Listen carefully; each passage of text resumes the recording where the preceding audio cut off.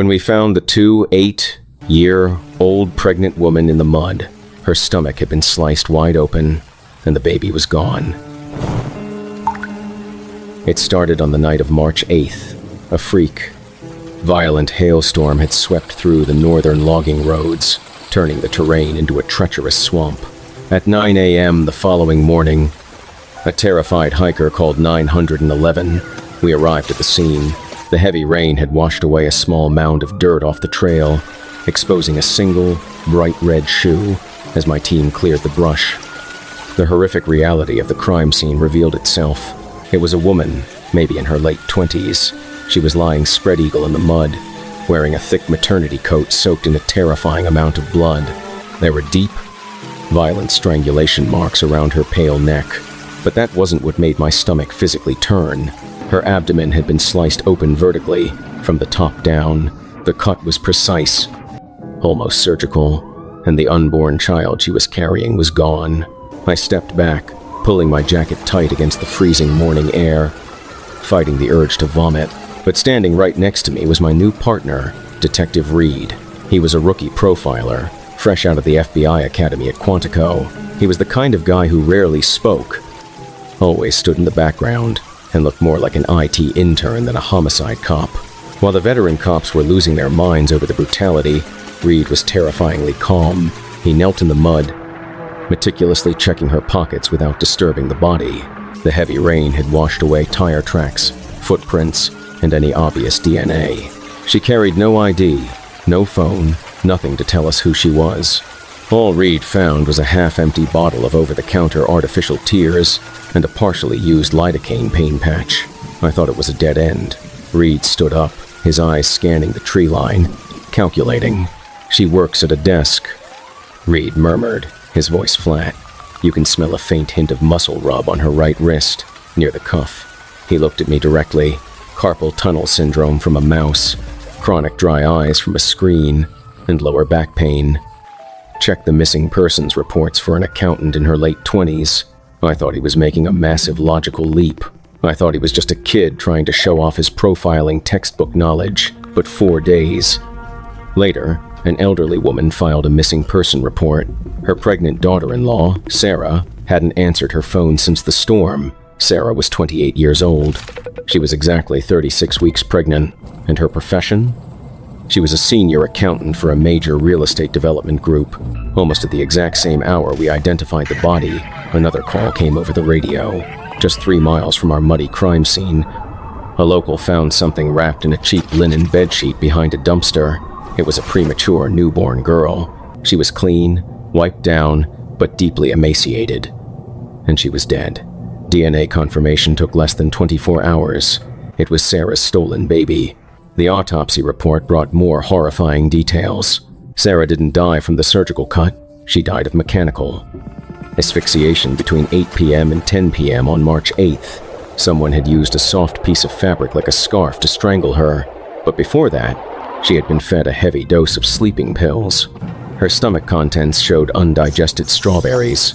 We radiated out from the crime scene and found a massive, newly opened strawberry picking farm 6 miles away. When we showed the owner Sarah's photo, he nodded immediately. He remembered her because she was part of a very distinct trio that day. Sarah had arrived with a married couple. The wife was also visibly pregnant, and the husband had a noticeable limp. The owner described the husband as the ultimate caretaker, fetching water, carrying the heavy baskets, doting on both pregnant women. They left the farm together just as the sun began to set. It didn't take long to dig into Sarah's corporate background and find the couple. The man was Liam, a 31-year-old luxury real estate broker who worked at the same firm as Sarah, just in a different department. His colleagues called him a golden retriever of a man, always smiling, always helpful. He was the kind of guy who noticed Sarah's dry eyes in the office and gifted her that very bottle of artificial tears we found on her body. His wife was Chloe, 28 years old, currently a stay-at-home housewife. She came from old money, a wealthy, highly educated family. Liam, on the other hand, crawled his way up from poverty. When Reed and I knocked on Liam's suburban front door, I expected a grieving friend. Instead, I got a jump scare. Liam opened the door holding a long, extremely sharp kitchen boning knife. His right hand was wrapped in medical gauze, and he had a heavy limp. He apologized profusely, flashing a charming, customer service smile, explaining he was right in the middle of preparing dinner. He politely asked us to step inside while he went back to the kitchen to put the knife away. I didn't waste time on pleasantries. I asked him point blank about March 8th. Liam didn't sweat. He didn't stutter.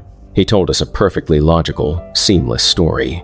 It was International Women's Day, Liam said, his voice full of casual regret. I took my wife and Sarah out to the strawberry farm to celebrate. We left around sunset. I pressed him, "Did you all drive back to the city together?" Liam shook his head. "No. We were supposed to go to a diner for dinner, but I got an emergency call from a wealthy client pushing to close a massive contract. Sarah didn't want to ruin my commission. She insisted on getting out by the highway to catch an Uber. So I dropped her off, took my wife home, and rushed to the project site." "You left a heavily pregnant woman alone on a desolate highway at night?" I asked, making my suspicion obvious. Liam looked appropriately embarrassed. "I know it sounds awful now, but she was right near a main road, and the client was breathing down my neck. I didn't think." He then provided the rest of his alibi.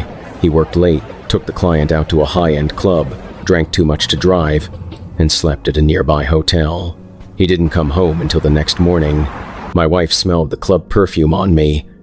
Liam sighed, looking miserable. We had a massive fight. She packed her bags and went to her parents' house. I haven't seen her since. His story was perfect. It accounted for his time, his whereabouts, and his current living situation.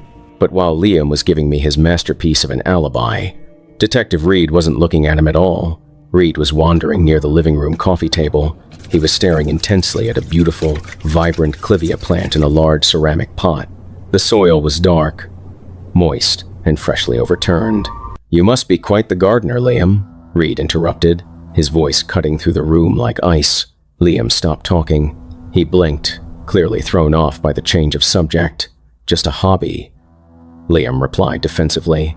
Reed nodded slowly, his eyes never leaving the plant. "Clivias are notoriously hard to get to bloom. This one has beautiful buds." Reed paused, turning his head to look dead into Liam's eyes.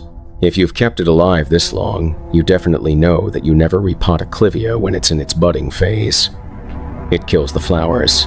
My blood ran completely cold. Sarah's husband had told us she always wore a cheap, distinct linen scarf. It was missing from the body. Without asking for a warrant, I shoved my gloved hand directly into the wet soil of the flower pot. My fingers hit something hard and fibrous deep at the bottom. I pulled it out. It was a clump of charred, partially melted linen fabric. At that exact second, Reed made a sudden move toward the kitchen. Liam dropped the nice guy act instantly. He lunged forward, using his body to block Reed's path, yelling that the kitchen was a mess and the exhaust fan was broken. It took Reed exactly 3 seconds of physical combat to pin Liam face down onto his expensive sofa. When Reed walked into the kitchen, he came back holding a knife block. All the knives were meticulously polished and gleaming, except for one empty slot. The exact slot where a long, sharp boning knife, the one Liam used to open the door, belonged. Bringing Liam into the precinct was easy, but bringing in his wife, Chloe, to assist with the investigation was a completely different nightmare. Chloe's father was a wealthy, highly connected university professor, and her mother owned a chain of high-end beauty clinics. When Reed and I showed up at their massive gated estate, the father practically slammed the door in our faces.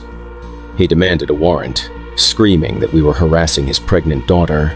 Her mother was slightly more diplomatic, begging us to just let Chloe sleep. "She hasn't been sleeping well for days," the mother said, nervously tidying up the coffee table. "She just took her medication." As she moved a small pill bottle, my eyes locked onto the label. Diazepam, Valium.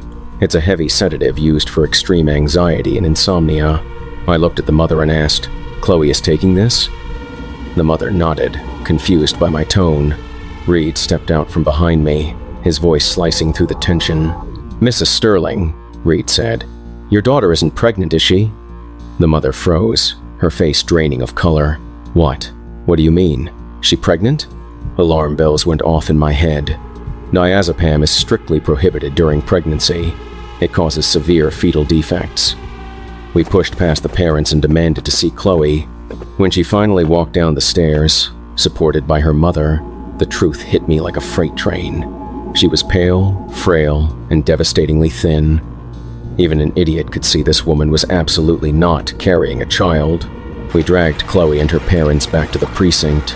The moment she arrived, she saw a body bag being wheeled out of the morgue. It was Sarah's baby being released to her grieving husband.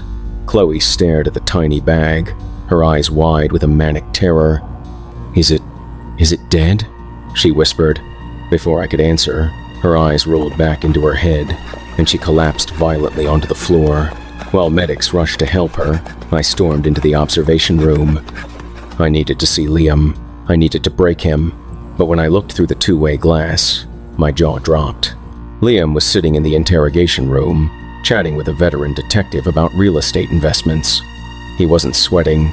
He was enjoying it. He was treating a murder interrogation like a corporate networking event. "He likes this," Reed said, standing beside me in the dark observation room. "He loves the rush of manipulating the board. He thinks he's the smartest guy in the building." And for a moment, it looked like he was. The forensic reports came back, and they were a disaster for us. The burnt fabric in the clivia pot was completely destroyed. No DNA. The missing boning knife was found in a dumpster near his house, but it had been scrubbed with bleach. It only had 3 sets of fingerprints on it: Liam's, Chloe's father, and Chloe's mother. No victim DNA whatsoever. Liam's car had been professionally detailed and deep cleaned the day after the murder. All we had was a gap in his alibi and circumstantial weirdness. It wasn't enough to charge a man with a brutal, sadistic murder. I was ready to give up, but Reed told me to watch the monitor. He grabbed a thick file folder and walked into the interrogation room. Liam saw the rookie walk in and immediately smiled, thinking he was about to eat this kid alive. Reed sat down and started showing Liam photos. Boring, mundane photos of Sarah's co-workers, asking if he recognized them. Liam played along, relaxed, leaning back in his chair. Then, Reed fumbled. He accidentally dropped a gruesome crime scene photo right in front of Liam. It was a picture of a woman with her throat slashed open, blood splattered everywhere. But it wasn't Sarah. It was a photo from an old cartel hit. Liam saw the blood and violently flinched. He physically recoiled, turning his head away, his face turning an ashen gray. It was a completely genuine, biological reaction to extreme violence. Reed didn't apologize for dropping the photo. He just smiled. "You gave us a perfectly crafted story, Liam," Reed said softly. "Now, I'm going to give you mine." Reed laid out a theory that turned my entire worldview upside down. "5 years ago," Reed began, "you drove drunk and crashed your car. It caused Chloe to miscarry and permanently destroyed her ability to have children. The guilt ate her alive. She became obsessed with being pregnant. She started wearing a prosthetic belly. On March 8th, you dropped Sarah off on that highway, but the person who picked her up wasn't an Uber driver. It was your wife, Chloe. Chloe slipped sleeping pills into a drink, subdued Sarah, and drove her to the logging roads. But Chloe isn't a butcher. She didn't want to kill Sarah. She just wanted the baby. She performed a crude, desperate C-section. When Sarah woke up in agony, Chloe panicked and strangled her to keep her quiet, accidentally killing her. Liam was staring at Reed, his hands trembling violently. "You came home the next morning," Reed continued, "and you found your fragile wife covered in blood, holding a dying, stolen, premature baby. You realized that your rich in-laws would blame you for this. They would destroy you. So, you took the baby and abandoned it, and then you engineered the perfect frame job." Reed leaned across the table, his eyes burning into Liam's. "You didn't hide the burnt scarf, Liam. You planted it. You wanted us to find it in the clivia pot. You wanted to be our prime suspect. You knew you scrubbed the evidence well enough that we could never convict you, but by taking the fall, you became the martyr. You protected their precious daughter, and with that secret hanging over their heads, your snobby, wealthy father-in-law could never look down on you again. You weaponized your wife's psychotic breakdown to leverage a permanent claim to their family fortune. It was the most brilliant, evil piece of social engineering I had ever seen." Liam was trying to play the police, his wife, and his in-laws simultaneously. Liam finally laughed. A dry, arrogant laugh. "That's a fantastic movie script, Detective," Liam mocked. "But you have absolutely zero proof." Reed didn't blink. He just pulled out his phone. "I liked your trick with the knife," Reed said calmly. "You bought a duplicate knife online, put their fingerprints on it, chipped the blade, and threw it away. It creates reasonable doubt. But I know you didn't throw away the real murder weapon. You created a new Amazon account using your mother-in-law's identity," Reed said, delivering the fatal blow. "You packed the real, blood-stained clothes and the real murder weapon into a box, and you had it delivered to her house. You told her that if a package arrives, don't open it, just write 'return to sender' and drop it at the post office. Because that way, her fingerprints would be on the return package holding the murder weapon, making her an accessory after the fact. The ultimate blackmail." Reed smiled, a genuinely terrifying smile.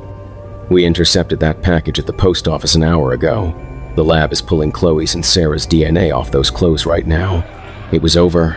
Liam's grand chessboard was smashed into pieces.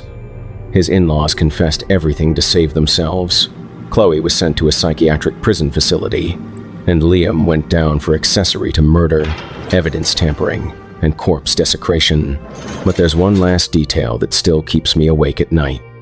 After Liam confessed, I walked Reed to his car. I asked him, 'How did you know to intercept the package? When did you figure out the in-laws were involved?' Reed looked at me, his face completely blank. 'I knew from the moment I saw the cutting board in Liam's kitchen,' Reed replied. 'The raw meat and vegetables were cross-contaminated. The knife cuts were amateurish. Liam doesn't cook. The missing knife didn't make sense for him.' I stared at him. 'You knew the whole time? Then why did you let him play his games in the interrogation room? Why did you wait so long to drop the hammer?' Reed opened his car door, pausing for a second. He looked back at me, and I saw a flash of something cold and utterly ruthless in his eyes. 'Dignity is a funny thing, Detective,' Reed said quietly. 'It's much more satisfying to watch a man realize he's a pawn, right when he thinks he's the king.' That's when I realized the horrifying truth. Liam enjoyed the thrill of manipulating a murder, but Reed enjoyed the thrill of mentally destroying Liam. They were exactly the same kind of monster. One just happened to have a badge.